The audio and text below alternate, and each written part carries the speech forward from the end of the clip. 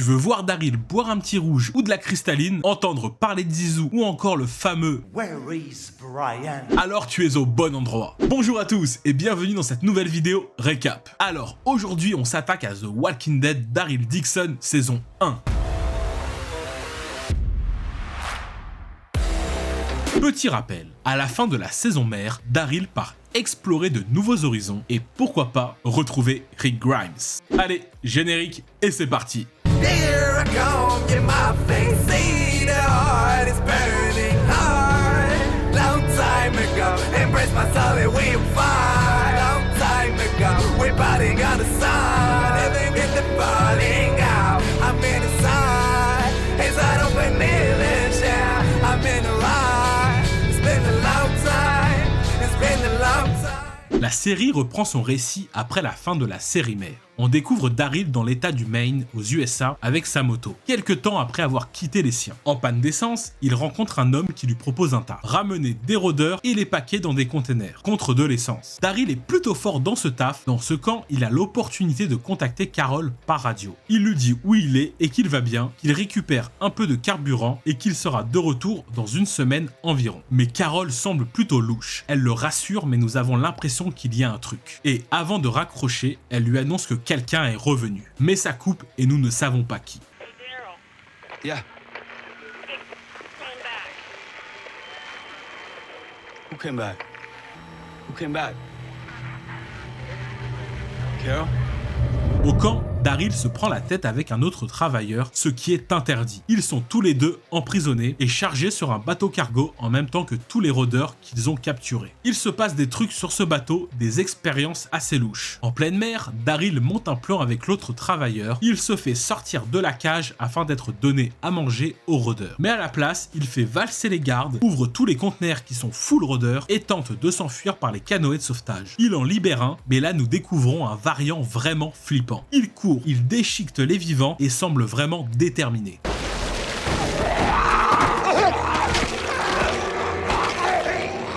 Et malgré 2-3 coups d'extincteur, il est toujours debout. Daryl préfère fuir en se jetant à la mer.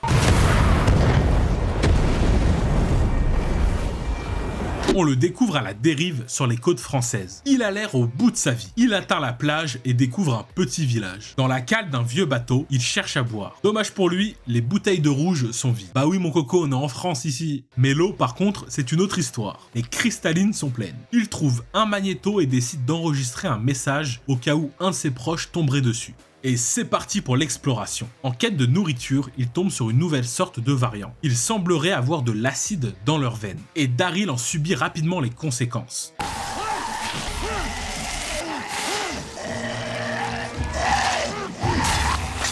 Il reprend son chemin et tombe sur un aveugle et une fille. Et quand tu les entends parler, il n'y a pas de doute, ce sont bien des Français.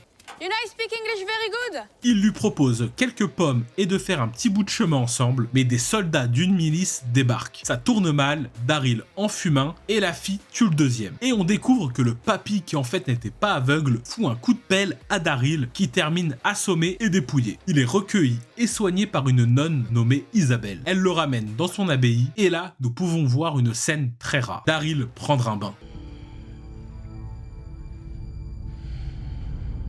Il découvre la vie à l'abbaye, ce sont des bonnes sœurs combattantes, dirigées par un certain Père Jean. Il fait également connaissance de Laurent, un petit gars né ici, qui semble être très important pour les nonnes. On découvre que le Père Jean, ça fait un petit moment qu'il n'a pas donné une messe. This is Père Jean. We are waiting for him to rise again.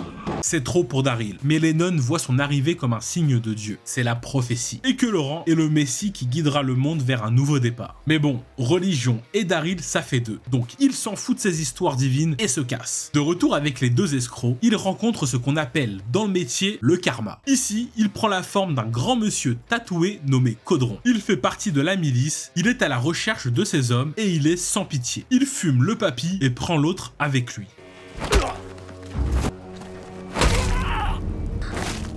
Caudron découvre son frère mort et pense que c'est l'Américain le coupable. Alors que pas du tout. Grâce à un prospectus au sol, ils savent que Daryl est chez les nonnes. Il perd pas de temps et débarque. Sur le chemin, il se croise avec Daryl qui voit le truc arriver et il décide de faire demi-tour. Les sœurs ne sont pas trop chaudes pour le faire rentrer, mais il s'en fout et il le dit.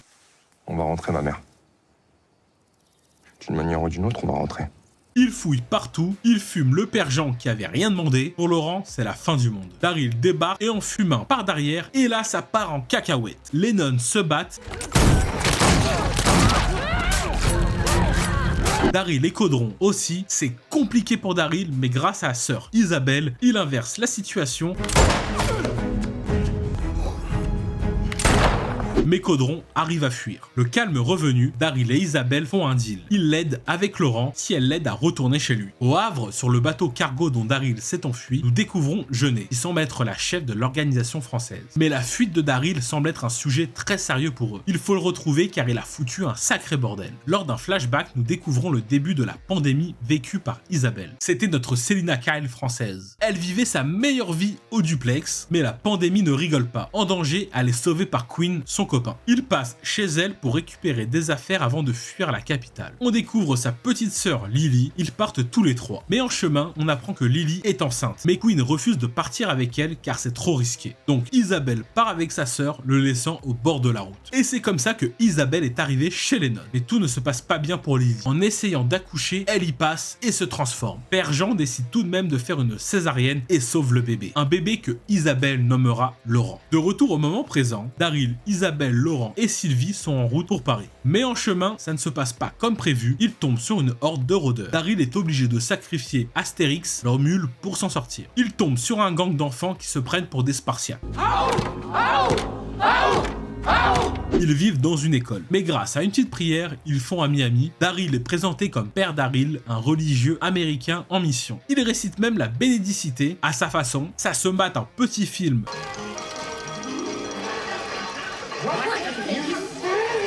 Normal. Le lendemain, ça part en mission chercher du dentifrice et secourir Hérisson, un enfant de l'école capturé par un vieux ricain. Ça termine mal pour lui, mais Daryl est également en galère, car il est encerclé de rôdeurs. Mais il a la belle idée de faire exploser des bouteilles de gaz à 5 mètres de lui. Et il s'en sort sans une égratignure. Normal. Il ramène donc le dentifrice et Hérisson à l'école et continue leur chemin pour Paris. De son côté, Caudron retourne à l'abbaye et tombe sur le magnéto. Il sait maintenant que l'américain s'appelle Daryl Dixon et qu'ils sont en chemin pour Paris. À bord de leur chariote, ils font une halte à Angers pour retrouver un contact d'Isabelle, qui serait en capacité de leur fournir une radio pour que Daryl appelle aux US. Normal. Ils rencontrent donc un mec assez chelou dans un théâtre. Et quand ils découvrent que Daryl est américain, nous avons le droit à une référence de qualité. Where is Brian? He's in the kitchen.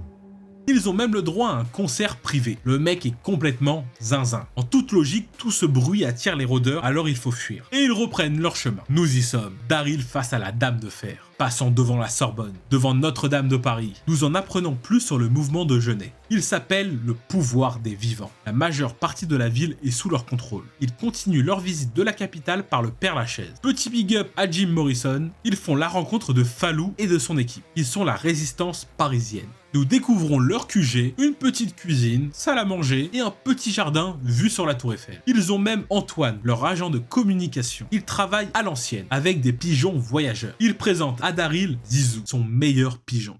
Et Zizou, c'est mon meilleur pigeon, number one.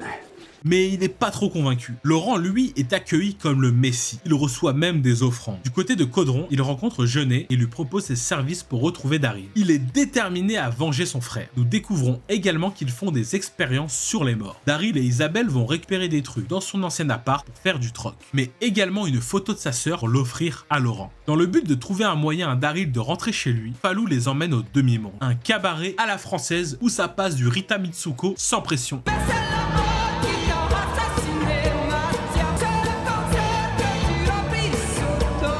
Daryl essaye de négocier un bateau et c'est pas le plus tendre dans les négos. Donc ça dérape un peu, on découvre le chef des lieux. Ce n'est personne d'autre que Quinn, l'ex d'Isabelle. Les retrouvailles sont assez froides. Nous apprenons que c'est le père de Laurent. Donc lui il est sorti avec les deux sœurs. Normal. De retour au QG, Laurent entend une discussion entre Daryl et Isabelle où elle lui raconte tout sur la naissance, ce qui s'est passé avec Lily, etc. Donc il est pas content. Mais au même moment, Caudron, qui a eu l'information au demi-monde, débarque au QG, dans l'unique optique de fumer Daryl. Il se donne rendez-vous à son appart et se séparent. Isabelle part à la recherche de Laurent qui est parti bouder et là commence une petite course-poursuite entre Caudron et Daryl. Ils se battent sur les toits de Paris, Daryl est en galère comme d'hab, mais cette fois-ci c'est grâce à une bouteille d'Henken qu'il inverse la situation. Caudron est sauvé par ces gars qui ne savent pas viser, ce qui permet à Daryl de fuir. Jeunet débarque également et interroge tous les habitants à la recherche de Daryl. Elle découvre leur histoire de messie avec Laurent et que beaucoup de gens y croient. Daryl dans sa fuite retrouve l'homme au pigeon, mais ça tourne mal pour lui quand il croise une patrouille, il meurt clairement pour ses pigeons.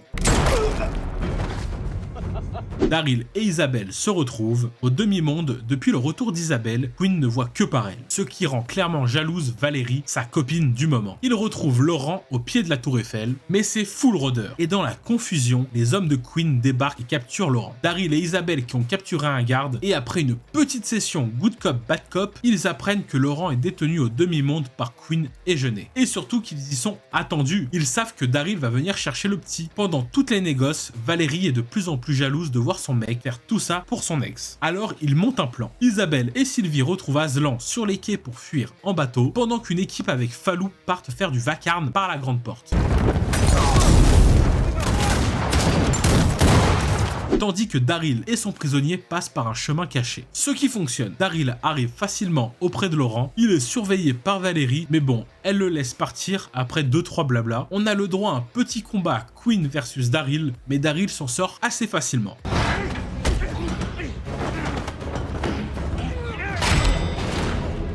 Il rejoint les quais avec Laurent. Isabelle fait le choix de laisser partir Daryl et Laurent avec Aslan pendant qu'elle reste encore un peu à Paris pour régler le sujet Quinn. Et Sylvie, elle, reste également pour servir dans la résistance avec Falou. Ils sont donc en chemin pour rejoindre un autre QG appelé le Nid. Lors d'une nuit, des rôdeurs attaquent et Aslan y passe. Mais avant de mourir, il indique à Daryl où est le Nid. Et ce n'est autre que le Mont Saint-Michel. Alors voulant récupérer son bateau, il se rend compte qu'il a disparu. C'est Laurent qui a coupé la corde laissant le bateau dériver. Ce qui le met hors de lui. Nous ne l'avons jamais vu autant s'énerver, encore moins sur un enfant. Stupid little shit. Do you know what you've done? You're so goddamn smart. What do I do with you now?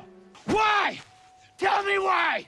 Mais le pauvre Laurent lui dit qu'il a coupé la corde pour passer plus de temps avec Daryl. Il se sent un peu bête, mais pas le temps de pleurer. Ils se font arrêter par les hommes de Jeunet. Du côté d'Isabelle, elle a retrouvé Quinn et elle a plutôt la belle vie. Quinn ne cache pas ce qu'il a derrière la tête. Il veut clairement la pécho à nouveau. Il lui ramène des éclairs au chocolat et petit déj au lit, mais elle veut le fumer. Alors elle aiguise une partie de son armoire, elle l'attire dans sa chambre, lui monte dessus et l'embrasse. Mais elle n'a pas le cran de le poignarder. Le lendemain, on la retrouve en tailleur, collier de perles au cou, ils ont rendez-vous avec Jeunet. En arrivant, elle découvre Falou, Sylvie et les autres qui sont capturés. Ils pensent être invités pour parler affaires, mais ils ont été trahis par Valérie. Ils découvrent qu'ils ont capturé Daryl, Quinn est jeté en cellule tandis que Isabelle retrouve Laurent. Ils vivent un réel événement. Nous avons le droit à un puissant discours de Jeunet qui, sur un fond de Marseillaise, annonce à son peuple le début de la 6ème République. Nous sommes ici pour célébrer notre renouveau et l'avènement d'une 6ème République. Désormais et pour toujours,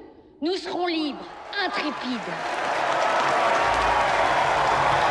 Et que leurs ennemis en payeront le prix. Ici, leur ennemi est Daryl, et il est jeté dans une fosse sous les yeux de Laurent, Isabelle, Caudron et tous les autres. Today you die for my brother. On lui jette une hache pour se défendre et laisse entrer un rôdeur pas comme les autres. À l'aide d'une serbacane, il lui injecte un produit qui rend ce variant beaucoup plus puissant. Et que le combat commence. Le variant est beaucoup plus rapide qu'un rôdeur lambda, mais toujours aussi teubé. Il se bouffe tous les murs de la pièce. Mais c'est grâce à la France et son drapeau que Daryl arrive à le fumer.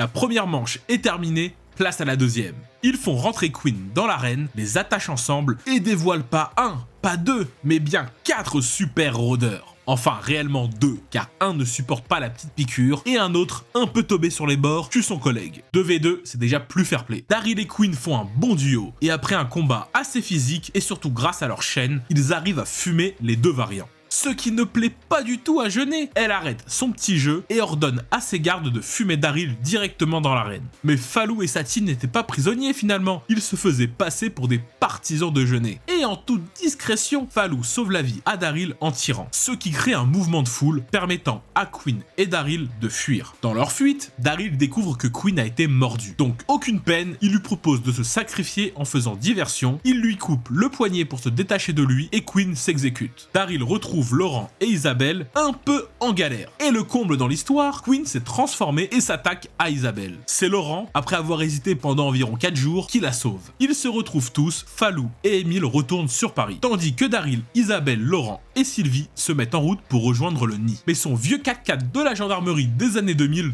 tombe en panne pile devant un garage. Bah oui, n'oublions pas que les ricains et les boîtes manuelles, ça fait deux. En réparant la voiture, Daryl se livre un peu plus sur sa vie. Il raconte que son grand-père est mort ici, en France, pendant la Seconde Guerre mondiale. Mais ils sont vite interrompus par Caudron et ses hommes qui les prennent par surprise. À 2 doigts de fumer Daryl, Caudron retourne sa veste car il refuse de tuer un enfant. Alors il fume ses hommes et en plus leur indique le chemin à prendre pour se rendre au Mont-Saint-Michel et se casse. Normal. Et c'est parti pour une rando. On découvre le nid. Toutes les religions sont présentes et cohabitent sainement. Le lieu est géré par Lausan, un Américain venu vivre en France avant la pandémie. Daryl s'acclimate plutôt bien. Il forme les gens au tir, festoie avec eux, passe du temps avec Laurent, épluche les pommes de terre. Vraiment un exemple d'intégration. Mais Lausan le ramène rapidement à la réalité. Il lui dit qu'il peut l'aider et lui indique qu'un bateau l'attend sur les côtes pour le ramener chez lui. Mais Daryl est tiraillé car Isabelle et Laurent souhaitent qu'il reste. Mais ça lui passe un peu par-dessus la tête et quitte le nid. Du côté de Caudron, c'est clope au bec et sans pression qu'il indique à Jeunet avoir fumé ses hommes car il ne tue pas d'enfants. Donc ça passe pas trop et elle le fait enfermer. C'est parti pour une nouvelle rando à travers la Normandie. En chemin, il tombe sur un cimetière américain. Vous le voyez venir vous aussi ? Nous avons le droit à une petite séquence émotion. Daryl retrouve la tombe de son grand-père. Il essuie ses larmes et continue son périple. Il arrive au point de rendez-vous, ils se font signe avec le bateau, il fume les 2-3 rôdeurs sur son chemin, il a vraiment l'air déterminé à partir. Mais là, Laurent pop de nulle part et lui fait signe, ce qui stoppe Daryl dans sa course.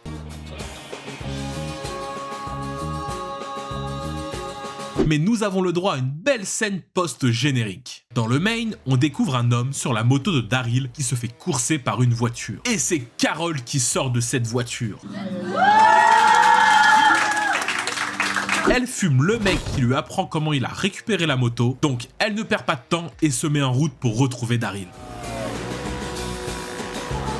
Fin de la saison 1 de The Walking Dead, Daryl Dixon. L'image que vous venez de voir est tirée de l'événement organisé par Dead Universe, le compte numéro 1 sur l'univers, dont j'ai eu la chance d'être invité à la projection du dernier épisode organisé par le compte. Et vivement la saison 2. Daryl va-t-il rester en France ou monter sur le bateau? Carol va-t-elle retrouver Daryl? Laurent est-il réellement immunisé aux rôdeurs? Nous aurons toutes les réponses à nos questions dans la saison 2 qui débarque en 2024 et qui s'intitulera The Walking Dead Daryl Dixon, The Book of Carol. Sacrément long comme nom. Merci à tous d'avoir suivi cette vidéo. Si vous voulez un récap d'un film ou d'une série en particulier, n'hésitez pas à me le dire dans les commentaires ci-dessous. Merci par avance pour votre petit pouce bleu ou votre abonnement. Ça aide fortement la chaîne à gagner en visibilité et ça contribue à son développement. Restez branchés, de prochaines vidéos arrivent rapidement sur la chaîne. Donc prenez soin de vous et à bientôt. Here I come, get my